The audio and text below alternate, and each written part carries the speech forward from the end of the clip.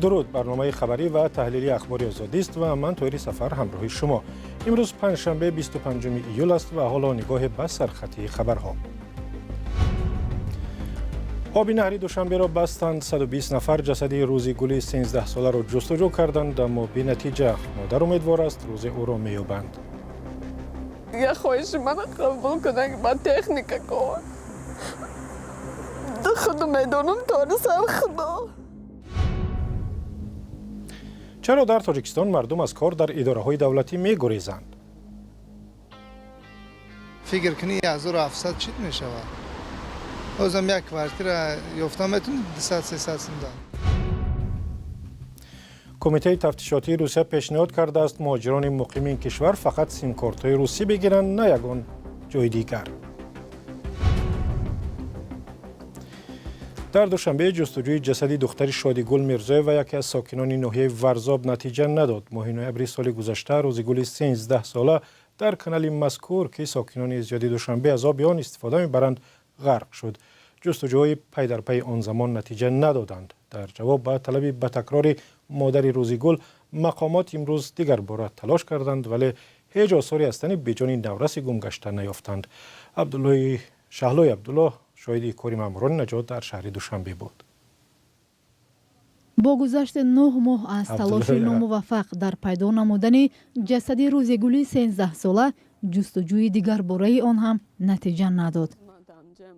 مادر او ماه نوامبر سال گذشته بعدی در آب غرق شدن دخترش خواست آب این نهر خرد منع کرده شود تا فرزندش را یابند، ولی آن زمان چنین کار صورت نگرفت و اکنون با یک قرار رئیس شهر دوشنبه یک قسم شهر دوشنبه به آب ماند تا طلب مادر او اجرا شود. ساعت 4:00 صبح پورا هیئت شخصی ساختارهای نژادی کمیته، رئیست شهر دوشنبه ساختار نژادیش و رئیست نژادی کمیته در جمع 120 نفر برای برطرف برای کوفتکوی جسد سفربر گردیده شدند. خب تمام امکانیتایی که بود ما استفاده بردیم برای یافتن جسد، لیکن ما میسر نشد که یابیم. نجات دهندگان میگویند برای پیدا کردن جسد تمامی تلاش خود را کردند. اینم سیل‌هایی که وقت‌های اخیر سیل‌های زیاد اومد، بارشات زیاد بود از کوه، پورا قسمت دریا خون پر کرده شده بود. به همین خاطر ما همش امکانیت حرکت کردیم لیکن میسر نشدیم که جسد رو یافته به صاحبش دهیم. چون این نتیجه مادر روزیگل را بیشتر ناامید کرد. روز انتظار که مثلا پس کنن ساعت جمع کنن دختر چمایام نه که من سری آمد میشه قمت دیدم اونجا امید مکن.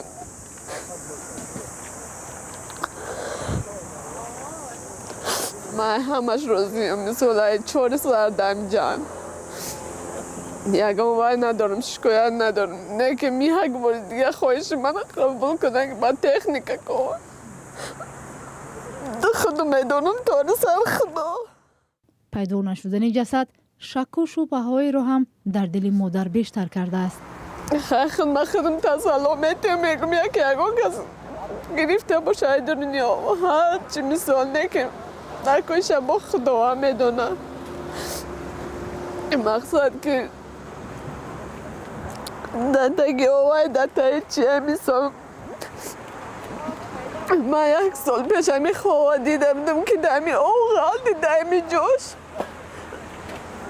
دوچم هم میگفتم بچم گفت که این خواه خیر و قشلاق رمدن گفتن که قشلاق به اون نباشه. این زن میگوید اگر تا این مدت آب منع کرده میشد شاید امکانی پیدا کردن جسد فرزندش بیشتر میشد. وقتی به اسماعیل سامانی مراجعت کردم اما وقتی وای نوامبری بود گفتم مقصد که تیت سایوی نمیشه خواه کردم ماه اپریل بیا. من ماه اپریل برای چی خاطر نرفتم که مقصد بارانگری بود وای بود با این 2 بار رفتم وای کردن که خیلی ما ای پس شستیم قاق میکنیم روزای نزدیکی دینا زنگ زدن که آقا قاق میکنیم مثلا من میندارم همه حکومت دارا که دستگیری کردن لیکن هیچ نتیجه نداد. به نقل نزدیکانش روزگل تخمینا ساعتهای 10 روز 5 نوامبر همراه دوگانه‌هایش هضمچینی می رود و هنگام آب نوشیدن از لب نهر خرد به داخل آن می افتد. مادر روزگل که بیشتر از 1 سال دور از دخترش در مهاجرت مهنتی در روسیه قرار داشت، به گفته‌اش با شنیدن خبر غرق شدن دخترش به تاجیکستان برمیگردد و دوام این مدت پی جستجوی جسد یگانه دخترش است. برنامه را با گزارش از شهر واشنگتن ادامه میدیم که آنجا هزاران تظاهرگر در نزدیک کنگره آمریکا جمع آمدند و هنگام سخنرانی بنیامین نتانیاهو نخست وزیر اسرائیل در حضور وکیلان آمریکایی اعتراض کردند. سفر نتانیاهو به آمریکا در زمانی است که رئیس جمهور جو بایدن نامزدیش را از انتخابات پرزیدنتی پس گرفت و معاونش کامالا هریس را به جای خود پیشنهاد کرد. تظاهرگران آمریکایی خشم خود را از طرفداری ایالات متحده از جنگ اسرائیل در غزه اظهار داشتند. شادمان یتیم گزارش می‌دهد. شعار و شعار پرتایی و کاریکاتورهای رهبران جهانی، تظاهرات هزاران نفر در شهر واشنگتن در نزد کنگره آمریکا و هنگام سخنرانی بنیامین نتانیاهو در نزد وکیلان آمریکایی در روز 24 ایول. بعضی از فعالان تلفات غیر نظامیان در جنگ اسرائیل به ضد غزه را محکوم کردند. بعضی هم نسل کشی می‌خوانند. من اینجا هستم تا برای فلسطین بجنگم. فلسطین سزاوار آزادی است. فلسطین شاهدی نسل کشی است. در داخل کنگره نتانیاهو وکیلان را تشویق کرد تا آمریکا کمک نظامی به اسرائیل را ادامه بدهد. او گفت که جنگ اسرائیل با حماس بخش از مناقشه وسیع بین آمریکا و ایران است. ما امروز در چهارراهی تاریخ قرار داریم. جهان ما در حال تحول است. در خاور میانه محور ترور ایران با آمریکا و اسرائیل و رفیقان عربی ما مقابله می کند. اما بیرون از کنگره مخالفت سخت به حمایت حکومت آمریکا از جنگ اسرائیل برملا بود. سفر نتانیاهو در یک زمان حساس در سیاست آمریکا صورت گرفت، زمانی که رئیس جمهور جو بایدن از شرکت در انتخابات دست کشید و معاونش کامالا هریس را به حیث نامزدی حزب دموکرات پیشنهاد کرد.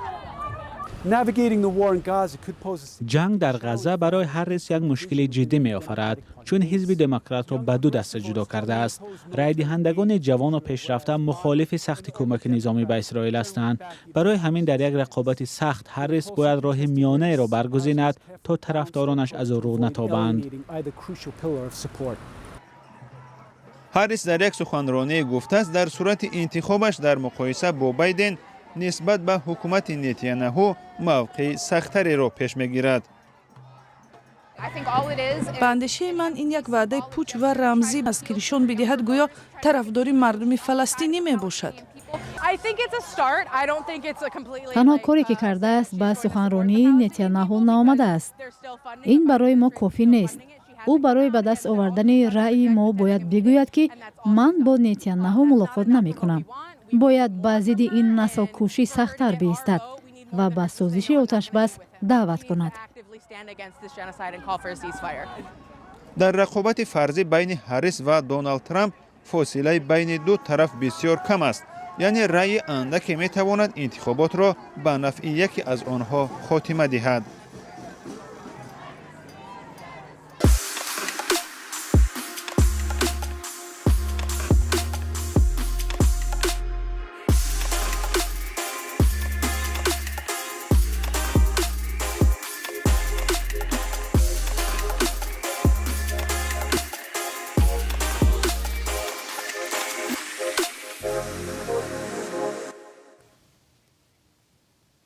برمیگردیم به تاجیکستان. مقامات رسمی در نیم سال گذشته برای قبول بیش از 5000 کارمند به اداره‌های دولتی آزمون اعلان کردند، ولی تعداد خواهشمندان این کرسی‌های خالی زیاد نبوده است.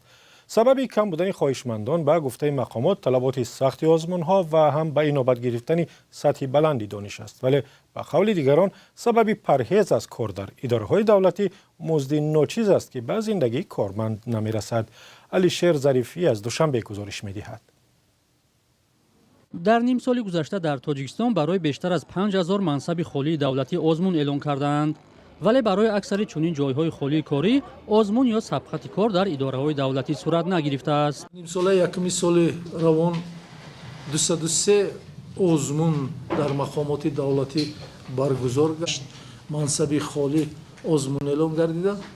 با 2061 منصب خالی با اشتراک 2656 نفر آزمون برگزار کرده. در نتیجه چنین آزمون‌ها تنها با 1837 نفر توصیه داده شده است که در منصب‌های خالی دولتی کار کنند. از دیرکتوری اگنتی خدمت دولتی پرسیده شد که چرا توجه یا حضور خواهشمندان برای شرکت در آزمون اشغال منصب‌های دولتی کم شده است. یکی از سبب اساسی این مقرر شدن محدودیت‌ها و ممانعت‌های زیاد برای قبول به خدمت دولتی است. ما یک قطار اینها جدی هستند و نه هر یک نفر به این محدودیت و ممانعت‌ها موافقت می‌کند. وی گفت دیگر کارمندانشان جزئیات چنین طلبات‌ها را شرح می‌دهند. در اونجا از دانستن زبان دولتی آغاز می شود وابسته به کاتگوریا چندمی که باشد سطح دانستن زبان‌های خارجی، دانستن تاریخ، فرهنگ، دانستن تاریخ تمدن ملت تاجیکستان، سطح مهارت کار با تکنولوژی معاصر. ولی به نظر برخی تحلیلگران سبب کم توجهی به خدمت دولتی دیگر است. کم بودن معاش نمیتواند که رقابت برای اشغال کردن همین مقام کارمند این یا آن ساحه را تشکیل کند. البته هوسمندی یا که رقابت تنها برای همون جایهای می شود که معاش کم داشته باشند هم، ولی امکانی پیدا کردن دستمزد علاوگی با این یا آن را دارند.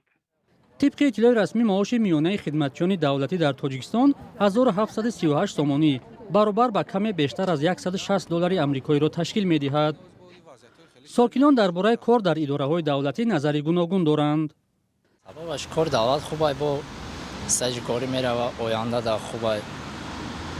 مقصد کار دولت کنیم با خوبتر ای کاری چی ده غیر دولتی ده. معاش میگیری از میره سر فرما میکنی یا که فرزند تا میخرونه میپشونی. همه جهتش فکر کنی 1700 چیت میشود. ازم یک کارتر یافتم میتونی 200 300 سوم داد. نمیتونی ها؟ زن چی دکی نگو که 300 سوم خوب آوردت میشود. 5 سوم 10 سوم روغنه. در تاجیکستان بیشتر از 18000 خدمتچی دولتی بوده مسئله به کار گرفتن متخصصان در اداره‌های دولتی و حجم معاش و شرایط آنها از موضوعهای بحث برانگیز است. کمیته تفتیشاتی روسیه که با سرکوب مهاجران معروف است پیشنهاد کرده است تا از مهاجران فقط شماره تلفن‌های روسی طلب کنند. بعد این شماره تلفن در وبسایت پورتال گوسوسلوک ثبت می شود و مهاجر هم تحت نظارت خواهد بود. الکساندر باستریکین رئیس کمیته تفتیشاتی در مصاحبه با یک نشریه روسی گفته است همچنین بر اساس قانون پیشنهادی باید ایز انگشت و دنکه مهاجران را بگیرند تا پیدا کردن مهاجر جنایتکار آسان شود. پیشتر از این پیشنهاد باستریکین دومای دولتی قانونی را قبول کرد که راندن مهاجران غیر قانونی از روسیه را بسیار آسان می کند. قانونی که روز 23 ایول قبول شد به ماموران پلیس روسیه اجازه می‌دهد به حکم دادگاه و در مدت 2 شبانه روز مهاجران از روسیه بیرون کنند. مقامات در روسیه سخت‌تر شدن قانون‌های مهاجرت را به حمله تروریستی کراکوس در ماه مارس ربط می‌دهند که به آن شهروندان تاجیکستان متهم می‌شوند. اخبار آزادی به پایان رسید. سپاس که ما را همراهی کردید. برای دریافت خبرهای بیشتر و تماشای گزارش‌های دیگر سر بزنید به وبسایت azadi.org و صفحه‌های ما در فیسبوک، اینستاگرام، تیک تاک. اگر شما هم خبری دارید با ما نویسید، تحقیق می‌کنیم درست بود نشر می‌شود. تا دیدار در برنامه‌های دیگر.